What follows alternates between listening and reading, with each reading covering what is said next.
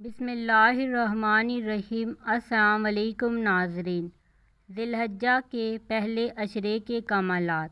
حضرت عبداللہ بن عباس رضی اللہ عنہ سے روایت ہے کہ رسول اللہ صلی اللہ علیہ وسلم نے ارشاد فرمایا، کوئی دن ایسا نہیں جس میں عمل صالح اللہ تعالیٰ کے یہاں ذی الحجہ کے 10 دنوں کے عمل سے زیادہ محبوب اور پسندیدہ ہو۔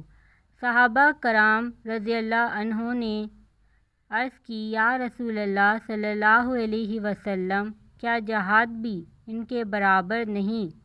آپ صلی اللہ علیہ وسلم نے فرمایا، ہاں، مگر وہ شخص جو جان و مال لے جہاد کے لیے نکلے اور پھر ان میں کوئی بھی واپس نہ آئے، یعنی جان و مال قربان کر دے۔